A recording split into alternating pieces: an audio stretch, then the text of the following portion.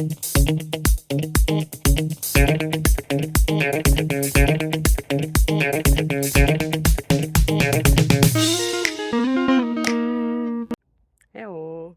So today is sports day, so it's time to do something for us, for our body, and of course for our mind. So how about this next question?